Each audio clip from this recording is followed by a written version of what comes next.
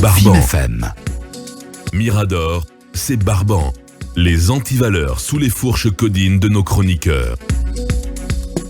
Et cette question, la transition est-elle sur la bonne voie? Nous la poserons à notre invité, Monsieur Abdoulaye Ba, membre de la direction nationale de l'UFDG, ancien président de la délégation spéciale de Kindia. Il fera sa lecture de la transition dirigée par le colonel Mamadi Doumbouya, l'homme du 5 septembre qui a promis une transition inclusive.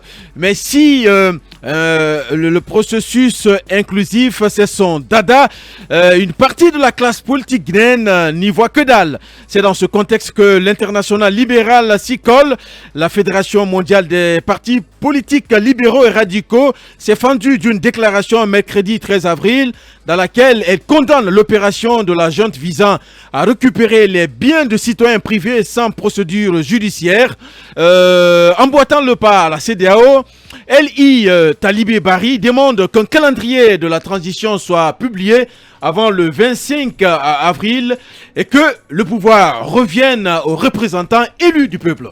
Oui, comme vous l'avez dit dans cette déclaration qui a été rendue publique hier mercredi, l'international libéral dénonce d'abord ce qu'elle appelle, en tout cas ce que son bureau appelle la destruction du domicile du chef de file officiel guinéen, de l'opposition officielle guinéenne et vice-président de l'international libéral. Selon donc l'international libéral, Cellou Dalein, en tout cas la résidence de Cellou Dalein, son domicile, une destruction dont ils disent qu'elle est tacitement approuvée par la junte militaire. Elle dit donc condamner, cette structure dit condamner l'opération de la junte visant, disent-ils, à récupérer les biens des particuliers sans procédure judiciaire qui a entraîné de nombreux actes de vandalisme contre des personnalités guinéennes bien placées pour vaincre les militaires dans les urnes. Un point tout à fait énigmatique parce que, en tout cas, cela mériterait de nous être expliqué. Oui.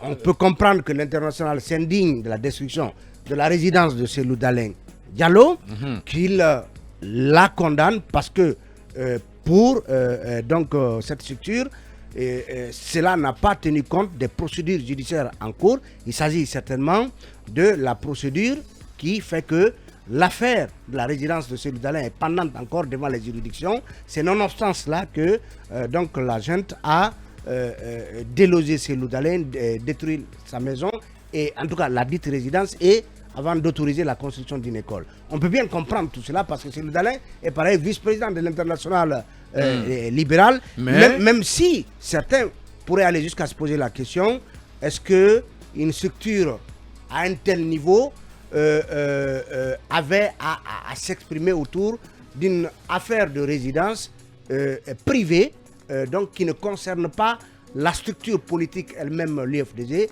mais beaucoup font en un, c'est-à-dire qu'ils considèrent que Cellou Dalein, il reste président de l'UFDG. Donc, est-ce que c'est à ce titre que donc l'international libéral s'indigne? Oui, mais pourquoi une mention également spéciale sur le titre de chef de file de l'opposition officielle en Guinée, alors qu'on est...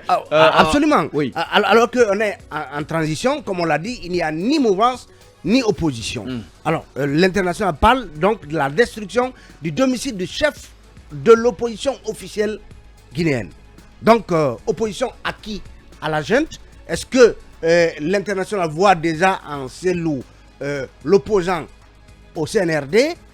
La question reste posée parce que nous, à notre entendement, il n'y a pas d'opposition officielle et même non officielle puisque en face c'est une junte. Et la charte de la transition dit que aucune des autorités de la transition ne peut donc faire acte de candidature aux prochaines élections. Donc ça suscite des interrogations, tout comme justement ce passage qui dit que, disons, cette opération de récupération de biens visant à récupérer les biens des particuliers sans procédure judiciaire, donc qui a entraîné de nombreux actes de vandalisme contre des personnalités guinéennes bien placées pour vaincre les militaires dans les urnes. Et c'est le prolongement, en tout cas, de la première interrogation par rapport au statut de chef de file de l'opposition. Et parce que, bien entendu, on ne voit pas d'adversité politique en termes électoraux entre les autorités de la transition. Et donc, quand l'international... D'autant que les militaires ont annoncé qu'ils ne seront pas candidats. Quand l'international parle de personnalités bien placées pour vaincre les militaires dans les urnes, qu'est-ce que cela sous-entend? Est-ce que l'international disposerait d'informations qui les laisseraient amener à penser qu'une candidature des militaires n'est pas à écarter dans le contexte actuel? Il faut se poser la question parce qu'on suppose que ceux qui ont rédigé cette déclaration pèsent le poids des termes qu'ils utilisent. Pourquoi parle-t-il donc de personnalités à même de vaincre les militaires dans les urnes? Parce que jusqu'à date, les militaires ne sont pas autorisés à être candidats et ne peuvent pas... et on n'a pas connaissance d'un projet de présentation d'un candidat donc, qui pourrait, disons, compétir sous le parrainage du CNRD. Ça, c'est des questions vraiment que cette déclaration soulève.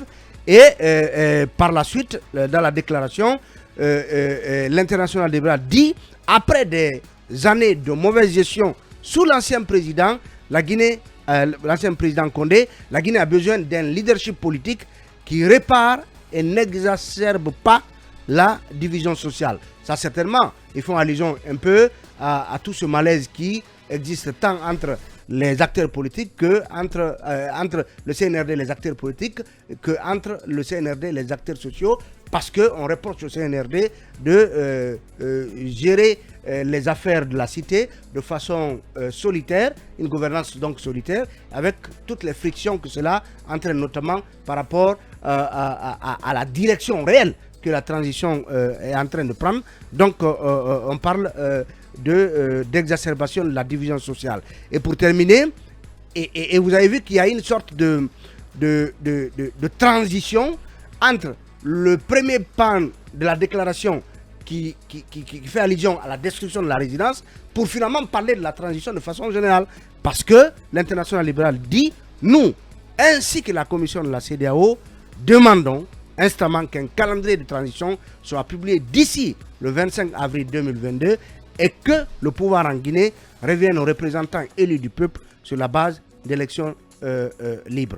Donc, c'est en clé les termes de cette déclaration donc, qui laisse penser que Cellou Dalein a pu lobbyer l'international libéral pour que cette structure prenne fait et cause pour lui dans cette histoire de résidence. Ça laisse penser aussi à quel point Cellou Dalein en fait, je ne sais pas, en tout cas, un point d'honneur, en fait, pas une affaire mince comme certains semblent lui dire. On a vu ici que Bogola Abba lui dire, mais écoutez, c'est une simple présidence, le plus important pour toi, c'est le fauteuil présidentiel. Donc, que l'international aille certainement ou à la demande de Cellou Dalein, ou parce que Cellou Dalein les a sensibilisés à cette réalité, que l'international aille jusqu'à faire une déclaration qui parle de cette affaire de résidence et finalement entonne la même trompette que la CEDEAO par rapport à la date butoir du 25 avril pour un chronogramme de la transition. Mohamed Kaba, on voit bien que cette déclaration soulève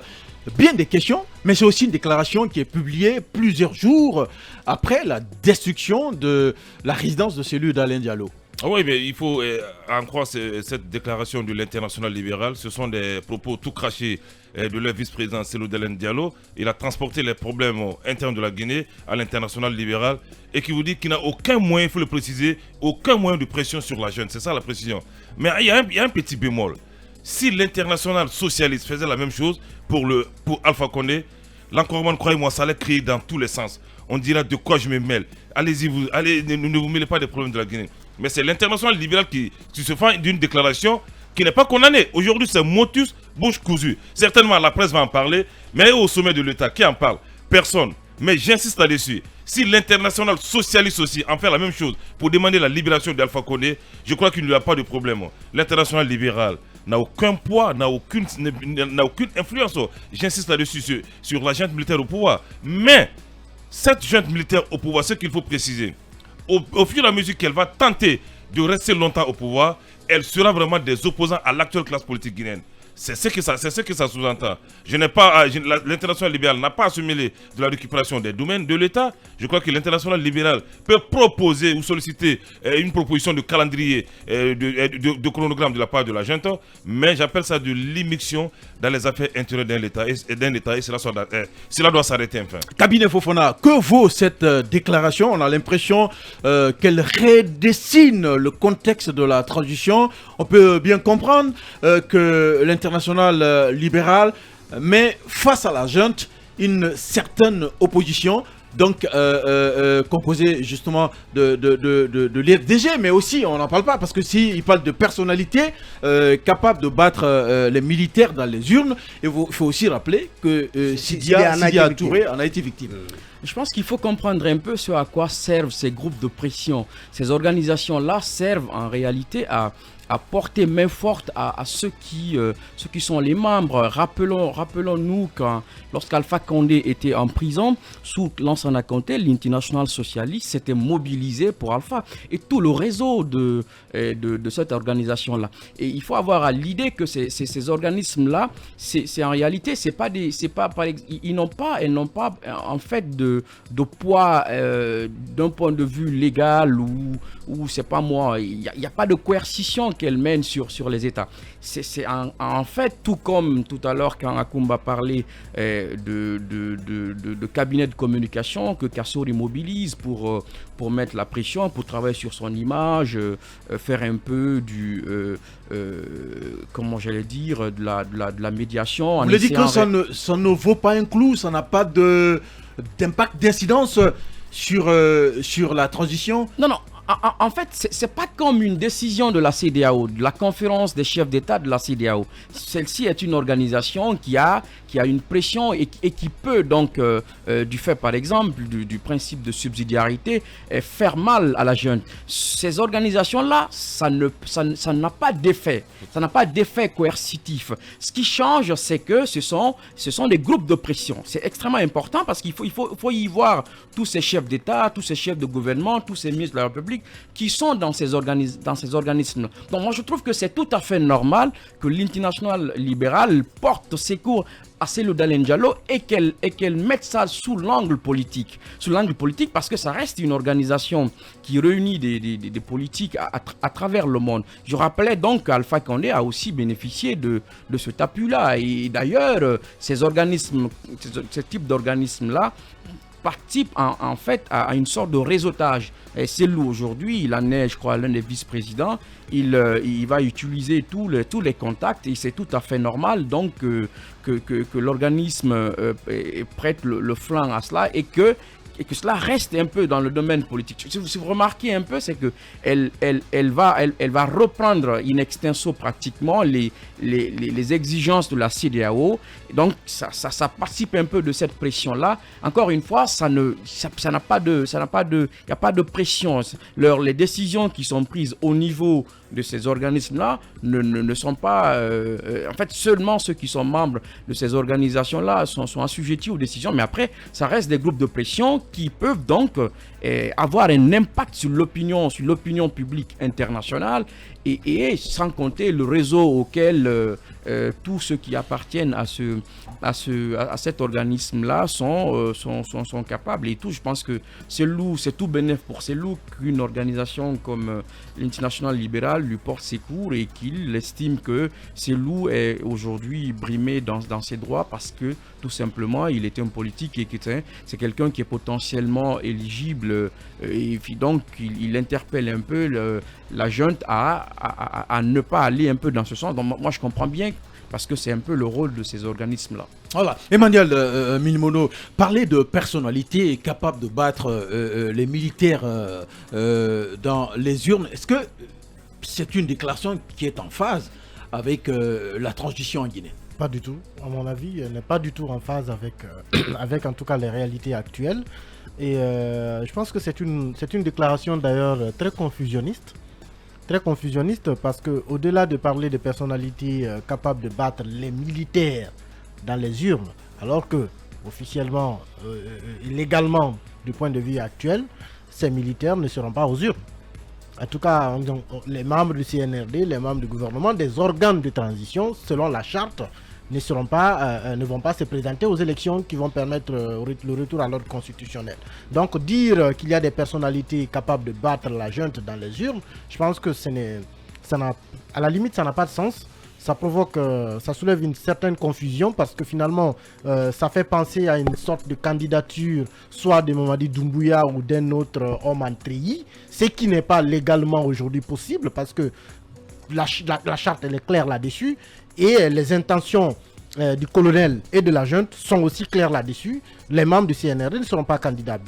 Est-ce qu'il peut s'agir d'un autre militaire qui ne soit pas membre du CNRD, qui ne soit pas au gouvernement et qui ne soit pas au CNT? C'est une possibilité. Ce sera de son droit. Oui. Dans ce cas, ce sera de son droit. Parce que s'il ne participe à aucune institution de la transition et qu'il décide d'enlever le treillis pour venir dans les urnes, c'est un citoyen qui arrive. Il a le droit de venir dans ce cas.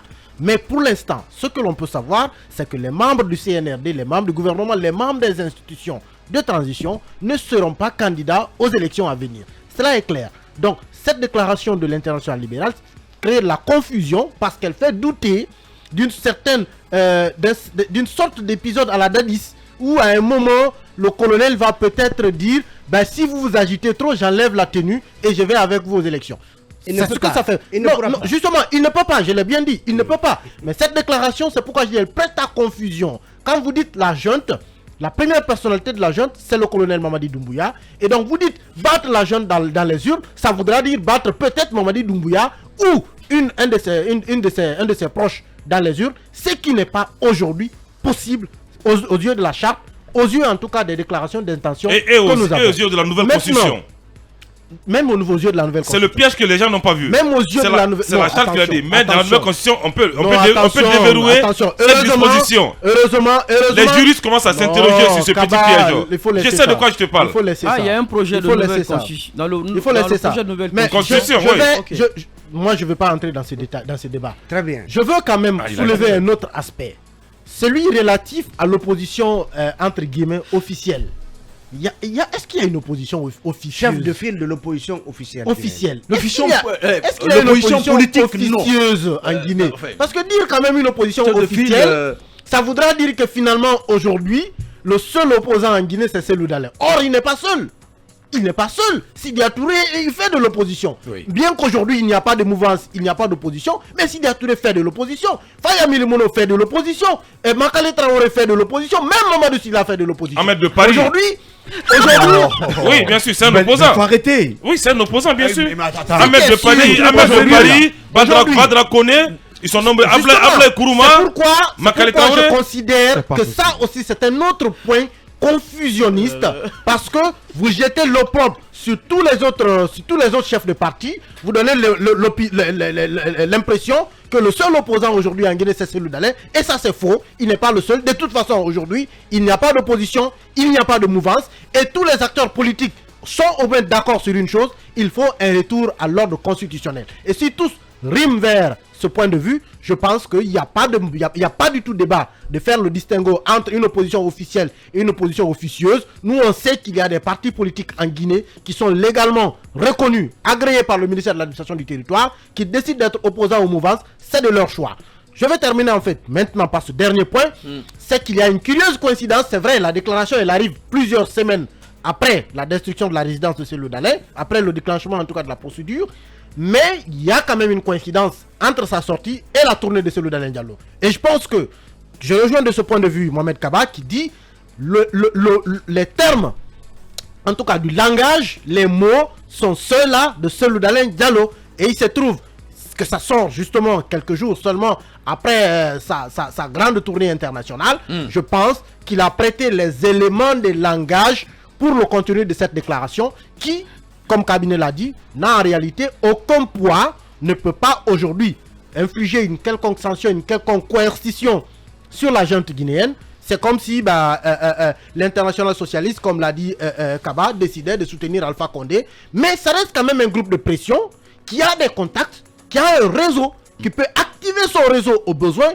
Ce sont des chefs d'État, ce sont des députés, ce sont des opposants à travers le monde. Des chefs de gouvernement. Donc tu dis une chose, Cellou Dalein Diallo. Non, attention. Je dis que la déclaration.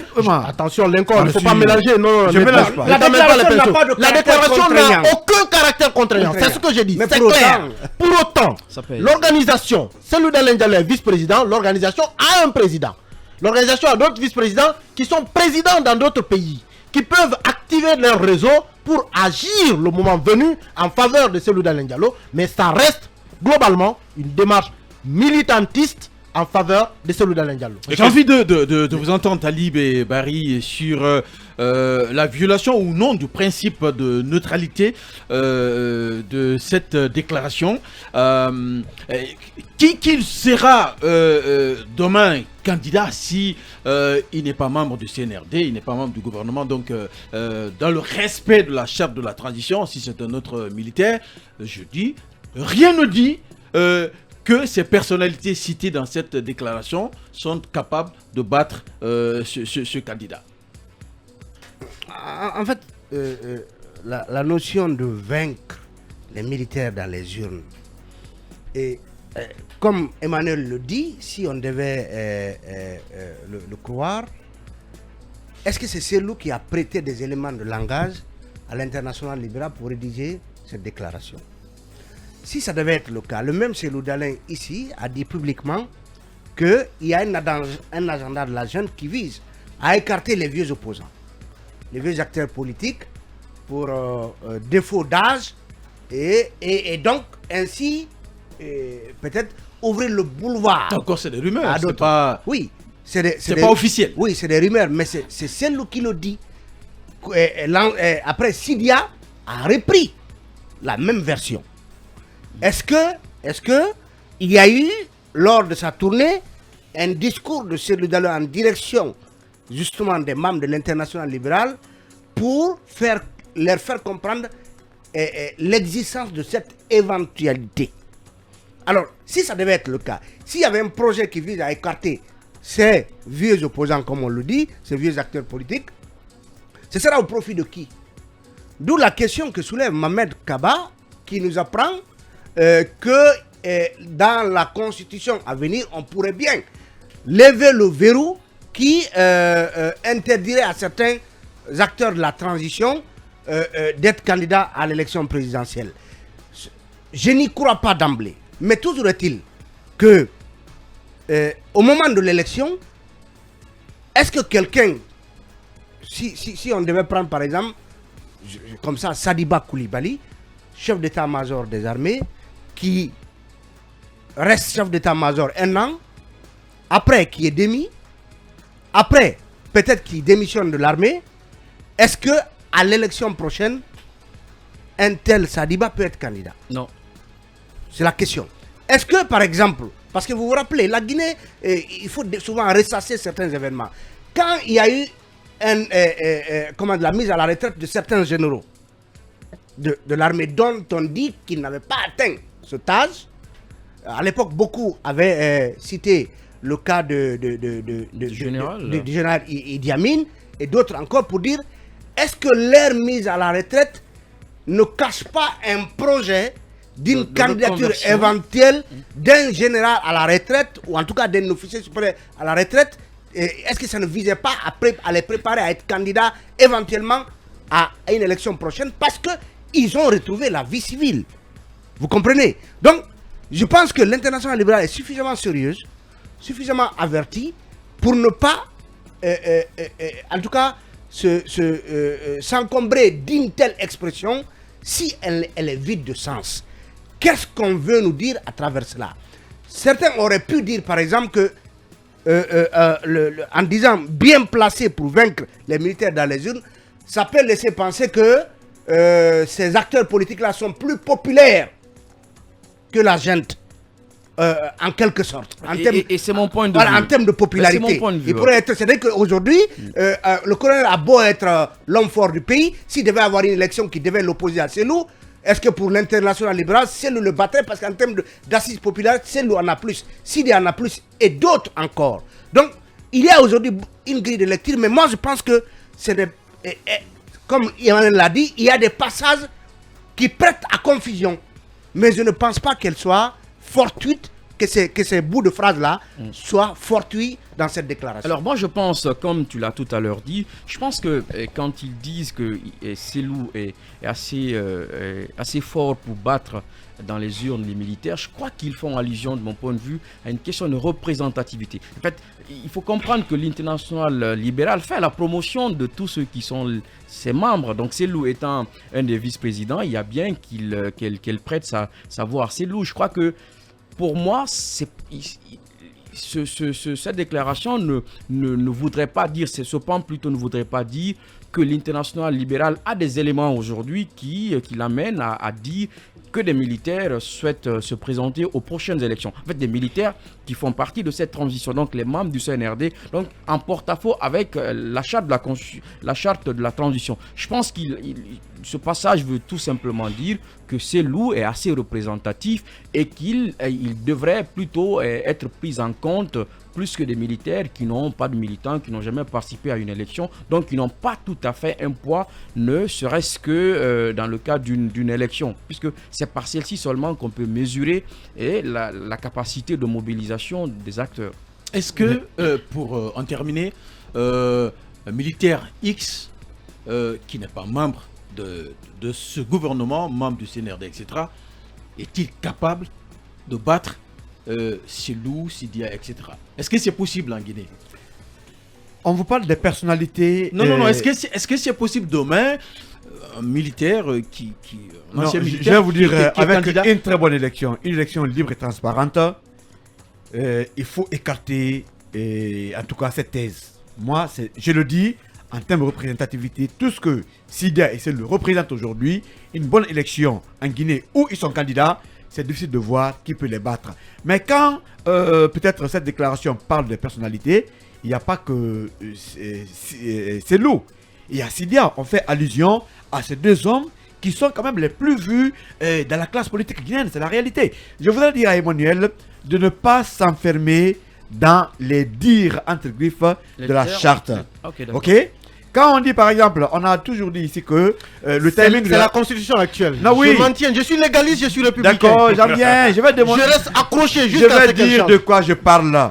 La même charte renvoie le délai de la transition acquis aux forces vives de la nation. Et vous avez suivi le colonel Amara qui a renvoyé ce délai au CNT. Et on lui a dit qu'il n'a pas raison. Non, c'est pour dire que dans ce pays, non, il n'a pas dit ça. Vous n'êtes pas son porte-parole. Non, on lui a dit qu'il n'avait pas raison. Non, c'est on qui a dit. Mais ce n'est pas une erreur de communication. C'est le colonel qui a été le premier à le dire. Le colonel Mamadi. Mais voilà. Alors, si son secrétaire général vient Il n'a fait que dire la même chose, renchérir, il n'a fait que nous le rappeler à l'esprit. Voilà. à l'esprit. Ne soyez pas les avocats du diable. Écoutez, laissez les diables se débrouiller. Ici, le problème, le palais est entouré actuellement, selon les informations, par les architectes de la crise dans ce pays. Ceux qui ont quand même construit les crises, autant de Conté, autant de Alpha, sont ceux-là aujourd'hui qui sont proches de ces militaires. D'où parfois on se demande si nos palais ne sont pas maléfiques. Cette déclaration ou cette sortie de l'international libéral, il ne faut pas la minimiser. Ok? Je pense que c'est le colonel qui est bien informé, c'est lui qui a porté le coup d'État. Et si demain quelque chose ne va pas, c'est le seul qui sera responsable. Qu'il tire le son du passé. On a dit ici que l'ancien Conté était têtu. Alpha Condé a eu le même problème, il est têtu. Et demain, tous ceux qui sont au palais diront Mamadi Doumbouya, ne nous écoutez pas. Donc, c'est à lui de savoir tirer son épingle du jeu. Merci. Il y a une précision. Oui, rapidement. Ne disons pas, même, j'insiste là-dessus, même Dr Ibrahim Kassouri Fofana tient tête à Selou Dalein Diallo lorsqu'il s'agira d'élections. À Sidia Touré. Non, Kassouri Fofana est un challenger très arrêtez. C'est possible. Attention. Arrêtez. Écoutez-moi. On se connaît dans ce pays. Attention, tu l'as qui est un électeur. C'est possible. J'insiste, Dr Kassouri Fofana peut Kassouri peut tenir tête à Selou Dalein Diallo, à Sidia Touré. Oui, s'il va la marchandise c'est pas une Alpha question de Condé. non, écoutez, ne biaise pas le débat. La seule marchandise politique au RPG, c'est Alpha Condé. Ne biaise pas le débat, c'est tellement sérieux là. Mais Kassouri n'a aucune base. Arrêtez les gars. Écoutez, selon toi, il n'a pas de base. Moka, oui. Et secondo, cette déclaration de l'international libéral admet une éventuelle candidature d'un militaire. Ce qu'il ne faut pas négliger. Mais par contre, je me pose une question. Est-ce que les Guinéens, dans leur écrasante majorité, ne veulent plus de Mamadi Doumbouya comme candidat ou comme président? C'est la question qu'il faut se poser. Moi, je pense qu'il faut faire des sondages. Les Quel- Guinéens, quel- dans leur moitié, on n'en dans a leur pas besoin. écrasante moitié On aujourd'hui, n'en a pas besoin. les Guinéens préfèrent aujourd'hui Mamadi Doumbouya qu'aux acteurs politiques actuels. Décidément. Oui, bien sûr. Les Guinéens préfèrent le colonel Doumbouya C'est quoi, qu'aux quel acteurs soldat politiques. Quel Vous soldat parlez de quel Ça, Guinée? je parle des Guinéens. Des Guinéens, je parle d'une certaine opinion. Donc, je Tu es le crois, porte-parole des Guinéens. ne jetons pas vite le colonel Mamadi Doumbouya. Cabinet va Il peut sonder cré- ça pour nous. Ouais, il peut sonder ça, mais il peut créer la surprise. Parce que ce qu'il est en train de faire, c'est apprécié de tous les Guinéens. Je parle pas à leur place, Y compris l'arrestation de Kassouri et compagnie, tout ça c'est apprécié. C'est mais bien sûr que c'est apprécié. Voilà, très bien. Raison pour laquelle que ces mêmes Kassouri peuvent refaire surface et battre à plat de couture c'est le Sidia. Ne minimisons pas Kassouri. Akoumba Diallo. Écoutez, ça fait du bien. Mohamed, Je pense qu'il aurait été beaucoup plus important d'analyser cette déclaration sous 3 angles. L'angle philosophique, c'est-à-dire la philosophie de l'international libéral ou la philosophie des associations internationales, et puis l'angle stratégique, quels pourraient être les dividendes à tirer d'une telle déclaration, et enfin l'angle politique, purement politique. Alors, du point de vue stratégique, philosophique alors d'abord. je commence par la stratégie. D'accord. Du point de vue stratégique, une telle déclaration a le sens de fonder l'opinion publique internationale. Et l'opinion publique internationale, une fois dominée par une direction, elle peut orienter l'ensemble des facilitateurs, des interlocuteurs qui parleront à la junte, et cela pourrait se traduire en ce moment ou se transformer en un outil de pression, sans que nous, citoyens lambda, nous sachions qu'il y a effectivement eu de la pression. Ces membres de l'international libéral, pour la plupart, sont soit des chefs d'État, des premiers ministres, des députés, ou même, si vous voulez, des envoyés spéciaux dans des organisations internationales. Prenons l'Union européenne, qui a la loi Magnitsky, qui a remplacé cette loi qui consistait à sanctionner tout un groupe qui aurait commis des dérives dans un pays. Et cette loi Magnitsky, aujourd'hui, sanctionne selon des principes de ciblage. C'est-à-dire que s'il fallait sanctionner le CNRD ou sanctionner la Guinée, on ne sanctionne pas tout le pays, on sanctionne un certain nombre d'éléments. Alors, si si des membres de l'international libéral siègent dans des plénières qui discuteraient ou qui délibéreraient en ce sens-là, là aussi, la simple déclaration se serait traduite en un outil de pression qui pourrait porter fruit. Maintenant, du point de vue philosophique, quel est le journaliste qui a eu des problèmes sans que Reporters sans frontières ne fasse une déclaration, sans que l'Association internationale des journalistes ne fasse une déclaration? Quelle est la menace réelle que représente la déclaration de Reporters sans frontières sur la situation, sur la gouvernance d'un pays? Cependant, les États prennent toujours en considération ces déclarations parce que ces déclarations-là peuvent conduire l'État à perdre un certain nombre de subventions ou en tout cas d'aides budgétaires au niveau international. Donc ces États considèrent ces déclarations comme étant des menaces qu'il faudra atténuer. Donc du point de vue philosophique, quand vous appartenez à une association qui émet des réserves ou des déclarations sur votre situation, c'est philosophique. L'association est obligée de le faire. Et l'association le fait en espérant un résultat. On ne fait rien pour rien. C'est le principe qui le dit. Alors, du point de vue politique, on peut quand même se dire que quand on appartient à l'international libéral et qu'on a la caution de l'international libéral, deux faibles qui s'associent peuvent battre le plus fort. Et Spinoza a été clair là-dessus dans son traité politique. Plus les faibles s'unissent, plus ils ont la chance de maîtriser le plus fort. Alors, si il y a un apport de l'international libéral au bénéfice des acteurs politiques locaux, je pense que la gente devrait faire très attention et s'interroger et avoir en tête que c'est la période du sens des chiffres. Plus les faibles s'associent, plus ils peuvent combattre et dominer le plus fort. C'est un peu ça que j'appelle un peu une lecture ramassée selon les principes. Mais il y a un certain nombre de faisceaux qui nous échappent et qui ont dû certainement retenir l'attention des membres de l'international libéral. Ils ont des éléments qui ne sont probablement pas à notre portée. Ils ont des capacités d'analyse qui ne sont probablement pas les nôtres. Et je pense que c'est sur la base de cela qu'ils pensent qu'il faudra battre la junte dans les urnes. Mais une fois de plus, que l'association à laquelle vous appartiennent vous soutienne, je ne vois aucune confusion. Voilà, Nakouba Diallo, on va continuer de dégrainer et récupération